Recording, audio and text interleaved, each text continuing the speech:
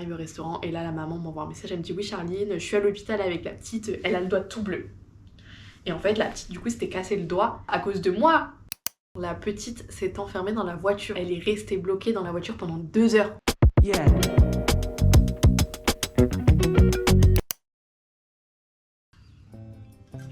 Coucou! J'ai essayé de faire une mini vidéo sur mon rematch parce qu'en fait je me suis rendu compte que j'en avais jamais fait. Je vous ai posé quelques questions sur Instagram, vous m'avez posé des questions sur Instagram et TikTok. D'ailleurs j'ai créé un compte TikTok, il y a une vidéo qui a percé aujourd'hui. Il y a des gens hyper méchants dans les commentaires. En fait j'avais pas TikTok avant et là je me suis dit vu que je vais lancer des projets pour les au pairs, je veux vraiment être à fond dans ce monde d'au pair quoi. Avant j'avais juste Instagram et ma chaîne YouTube et bah là du coup je me suis mis sur TikTok et je trouve qu'il y a des gens méchants, genre ma vidéo elle était tranquille et il y a des gens qui trouvent des trucs à redire, bref. Si vous voulez aller voir, il y a une vidéo qui a percé, donc vous verrez tout de suite de quelle vidéo je parle. Je pense que les commentaires, je les ai enlevés ou je sais plus parce que je trouve que c'est un peu... C'est bon, genre laissez les mauvaises vibes ailleurs, ici que des good vibes. En bref, on est ici pour parler de mon rematch qui est je pense la meilleure et en même temps la plus dure des décisions que j'ai fait pendant cette aventure. Donc j'ai pris des petites notes si je les retrouve. Donc déjà, j'ai fait ma première année à Seattle. J'étais dans une famille franco-américaine et au moment où j'ai dû choisir si je voulais partir de Seattle pour rentrer chez moi ou partir pour une nouvelle famille ou alors rester et étendre avec eux, là ça a été hyper compliqué. Je me souviens vraiment de cette période, je pleurais beaucoup parce qu'en fait ma famille de Seattle ils voulaient me garder et moi je savais pas ce que je voulais faire parce que du coup comme je l'ai dit, famille franco-américaine, en fait j'avais l'impression que mon anglais il progressait pas. Et j'avais envie que mon anglais progresse. Mais en même temps, je m'entendais trop bien avec ma famille, vraiment mes loulous et tout, genre ça se passait trop bien. J'avais mon copain que j'avais rencontré qui est américain et mes copines, enfin toute ma vie. Et du coup, je savais pas trop quoi faire. Et en fait, Jade, ma meilleure amie qui était aussi dans l'aventure à l'époque, partait de la côte ouest pour aller vers la côte est et je me suis dit bah en fait je vais faire la même chose, on est à peu près en même temps donc voilà.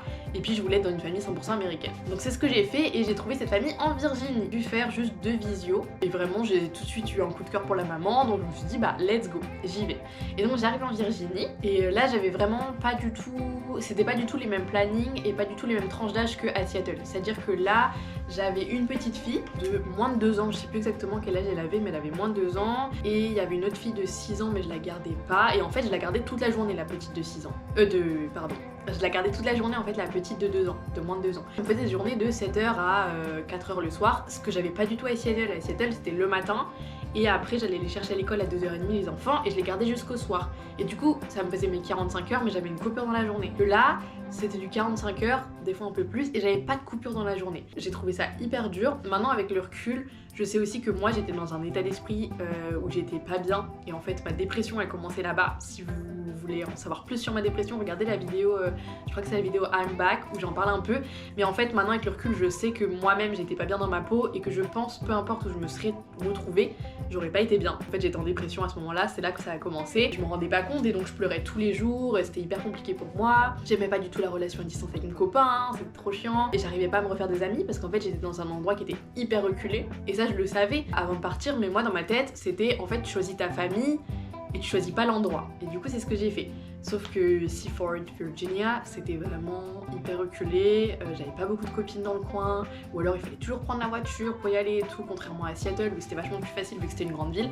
Et donc ça a été hyper dur pour moi. Le combo de tout en fait, ça n'allait plus. Sauf que le problème c'est que ça se passait bien avec la famille et ça se passait bien avec la petite aussi, en soi. Enfin quoique, non en fait, ça se passait pas bien avec la petite, elle pleurait hyper souvent. Maintenant j'ai du recul donc c'est plus facile pour moi de vous faire cette vidéo mais je pense que moi j'avais tellement une bad energy que du coup bah elle pouvait pas non plus se sentir bien avec moi et je crois que j'aimais pas non plus être avec elle alors que j'adore être avec les enfants et que avant mon année à Seattle elle s'était grave bien passée donc en fait je pense que juste moi j'étais pas bien et du coup forcément la petite elle pouvait pas être bien et donc là les gars mais il y a eu des péripéties.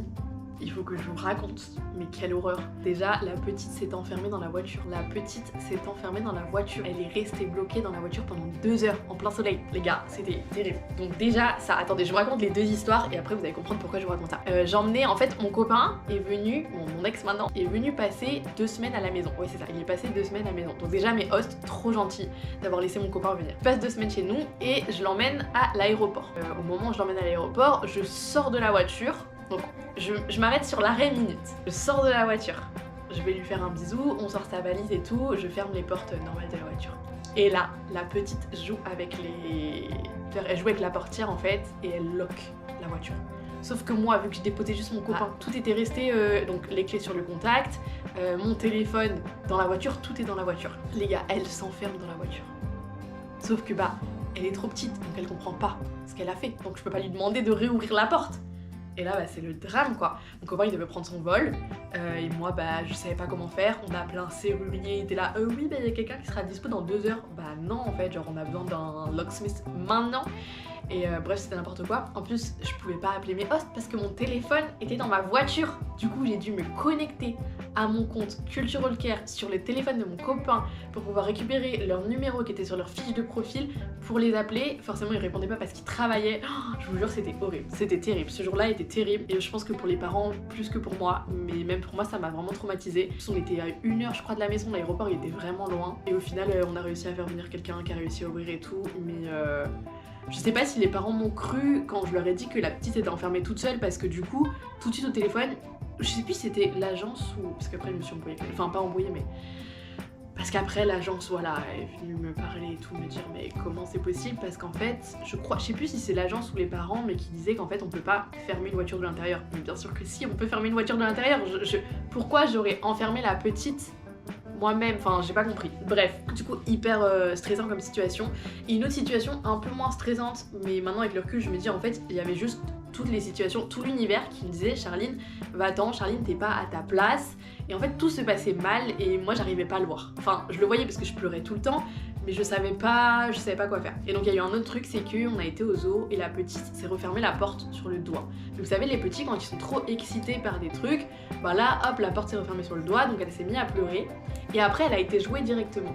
Et du coup moi j'ai pas check son doigt. Et en fait c'était un vendredi je crois, et moi je partais à New York le lendemain. Et j'étais à New York au restaurant avec une copine, je faisais déjà que des crises d'angoisse parce que bah, j'étais pas bien. On arrive au restaurant et là la maman m'envoie un message, elle me dit oui Charline, je suis à l'hôpital avec la petite, elle a le doigt tout bleu.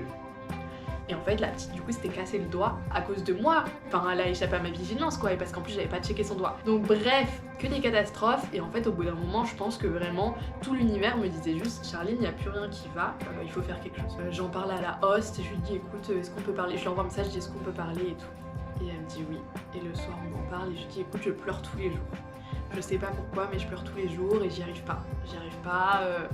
Vous êtes adorables, les petites sont adorables mais j'arrive pas en fait. Et je comprends pas ce qu'il y a et j'arrive pas. Et c'était hyper dur pour moi et du coup bah, je lui dis ça en pleurant, elle se met à pleurer aussi. Enfin, et j'allais partir voir ma copine Jade du coup. Ah, je dis tout le temps du coup. Voir ma copine Jade à Washington DC. Et juste avant que je parte, ma host elle me dit écoute Charlie, tu réfléchis à ce que tu veux faire, si tu veux rester, si tu veux partir. Elle me dit dans tous les cas nous on va te soutenir dans ta décision. Tu réfléchis, tu prends la meilleure décision pour toi. Et en fait le lendemain matin je me réveille et je dis à Jade, j'ai eu un déclic, je quitte ma famille et je rematch. Au moment où j'ai eu ce déclic, je me suis sentie soulagée. J'ai appelé ma mère direct et je lui ai dit en fait je m'en vais. Et je lui raconte à ma mère tout ce qui s'était passé et tout. Ah oui, sachant qu'une semaine avant, donc au moment où ça arrive, le truc de la voiture et tout, je me mets à pleurer. J'appelle ma mère et je lui dis maman c'est mort, je rentre en France. Ma mère était là, ok ma chérie, pas de soucis, rentre en France, viens. Et au final j'étais restée et bref je prends cette décision, mais l'histoire ne s'arrête pas là parce que Cultural Care, qu'est-ce qu'ils font? Ils me mettent en suspens mon dossier. C'est-à-dire que quand tu décides de rematch, ta famille elle est appelée pour savoir pourquoi tu rematch et toi aussi on t'appelle pour savoir pourquoi tu rematch. Pour voir si genre les histoires elles sont cohérentes et comment ça s'est passé. Ma host a parlé du fait que bah il y avait eu la voiture, il y avait eu le doigt et peut-être qu'elle avait parlé d'autres trucs, je sais plus. Ah oui, elle parle aussi de mon copain. Du fait que mon copain qui était de Seattle et tout est venu passer du temps. Enfin bref, je sais pas en fait ce que ma host a dit à Cultural Care. Mais du coup, Cultural Care met mon dossier en suspens, genre en mode on sait pas si t'es une bonne au pair, donc pour le moment tu rematches pas, pour le moment t'es genre sur la sellette, c'est soit tu rentres en France, soit tu vas dans une autre famille, mais genre c'est à nous de décider. Et moi j'étais grave en mode mais what the fuck, genre qu'est-ce qui se passe? Et du coup j'ai l'agence plusieurs fois au téléphone et l'agence était là, oui bah apparemment tu voudrais retourner à Seattle parce que ton copain est à Seattle, et moi j'étais là mais pas du tout, genre ça n'a rien à voir avec les raisons de mon rematch. Et en plus de ça, la petite, comment ça, elle s'est enfermée dans la voiture, c'est pas possible. Enfin bref, j'étais trop énervée contre l'agence, j'étais trop énervée contre tout le monde. Au début, j'étais même énervée contre ma host parce que j'étais grave en mode mais qu'est-ce qu'elle a été leur raconter? Et du coup, direct, j'en ai parlé à ma host quand elle est rentrée du travail. Ça aussi, c'était grave dur parce que, je sais pas, genre j'osais pas, mais en même temps, j'avais rien à perdre. Et j'en parle à ma host et ma host, elle me dit mais Charline, je n'ai jamais dit de mal de toi, j'ai toujours dit que t'étais une super au pair et que juste ça matchait pas en fait, ça marchait pas et genre c'est ok. Et bref, et du coup l'agence ils m'ont mis en suspens là pendant je sais plus 3-4 jours et après j'ai pu, du coup ils m'ont réintégré au système et là j'ai pu chercher une autre famille. Et du coup j'ai été contactée par une famille au Texas et j'y suis allée. Mais ça a été hyper dur comme expérience et l'agence n'a pas du tout aidé à mon rematch, vraiment pas. Heureusement la famille était hyper compréhensive, mais le truc qui est un peu que je comprends pas trop, c'est que la famille était hyper compréhensive et au final, dès que je suis partie, j'ai essayé de les rappeler plusieurs fois et j'ai jamais eu de nouvelles. Et ils m'ont jamais rappelé. J'ai eu un message pour mon anniversaire et j'ai dû répondre un truc, bah et vous, comment ça va, comment ça se passe? Et je crois qu'elle m'a pas répondu, enfin la maman du papa m'a répondu. Du coup je vous avoue que là, genre, vous savez, je l'ai un peu toujours en travers de la gorge, pas en mode je leur en veux, mais juste bah moi j'aurais voulu garder contact avec eux et je pensais que c'est ce qu'on allait faire, mais du coup... Bah je sais pas, après je comprends que eux du coup ils ont été pas traumatisés, mais si je pense qu'ils ont été traumatisés en fait de l'expérience parce que c'est vrai que la petite n'était sûrement pas heureuse avec moi j'étais pas heureuse avec elle non plus et bah voilà l'incident de la voiture, l'incident du doigt, enfin c'est quand même des choses qui sont pas anodines pour des parents, c'est quand même dur je pense, ça a été hyper dur mais je regrette pas du tout d'être partie parce qu'après j'ai trouvé une super famille au Texas, j'ai découvert un autre état et j'ai rencontré aussi une de mes copines que j'adore, Colline, enfin voilà, je regrette pas, mais c'est vrai que ça aurait pu se passer autrement. Après maintenant avec le recul, je sais que c'était à cause de ma dépression et que je pense que peu importe où j'aurais été, bah ça aurait été la même chose, sachant qu'après quand je suis arrivée au Texas, en fait c'était pareil, j'étais toujours pas bien et tout le temps du Texas, bah je rêvais qu'une chose, c'était de rentrer en France et au final je suis rentrée en France et je rêvais qu'une chose, c'était de repartir, enfin... Mais ça c'est, voilà, dans l'autre vidéo, c'est la vidéo de ma dépression, mais... Voilà, je voulais revenir un peu sur cette phase de mon rematch parce qu'en fait j'en ai jamais parlé. Et c'est vrai que ça m'est toujours un peu resté là. Et j'ai eu des questions sur Instagram, est-ce que j'ai vu ça comme un échec? Je pense que sur le moment je voyais ça comme un échec. C'est pour ça au début que je voulais pas rentrer en France, après j'étais en mode bah de toute façon ça me saoule, je rentre en France. Mais maintenant avec le recul, je vois pas ça comme un échec, je pense que ça m'a aussi permis de grandir moi. Parce qu'en fait au moment où j'ai pris cette décision, je me suis dit ok Charline, tu prends cette décision pour toi. Parce que moi je restais en Virginie parce que bah, je savais que la famille avait besoin de moi, parce que la famille était adorable, mais là je me suis dit Charline, cette décision elle est pour toi et c'est ok d'être selfish, c'est ok d'être égoïste. Je pense que c'est même pas être égoïste parce qu'au final j'ai rendu service à tout le monde parce que eux ils l'ont mis après dans une école je crois et ça s'est mieux passé, enfin dans une crèche. Mais des fois il faut juste penser à nous, à notre bonheur et en rentrant en France je me suis aussi rendu compte que la vie elle est trop courte pour qu'on se mette dans des situations où on n'a pas envie d'être, pour qu'on se mette dans des situations stressantes, pour qu'on se mette dans des situations où en fait c'est pas normal de pleurer tous les jours. Oui, sur le moment je vois ça comme un échec mais avec le recul je me dis bah en fait c'était la meilleure décision de toute mon aventure. Donc si c'était à refaire, bah je le referai.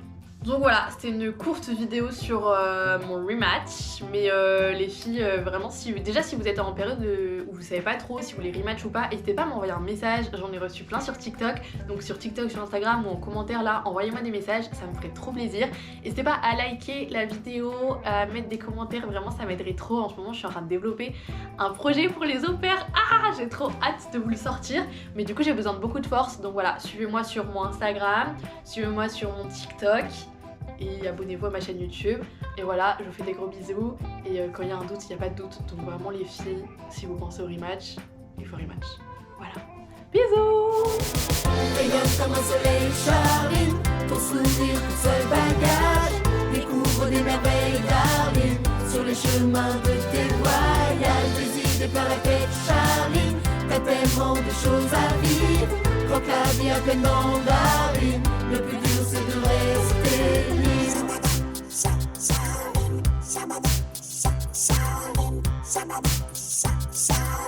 Shabada.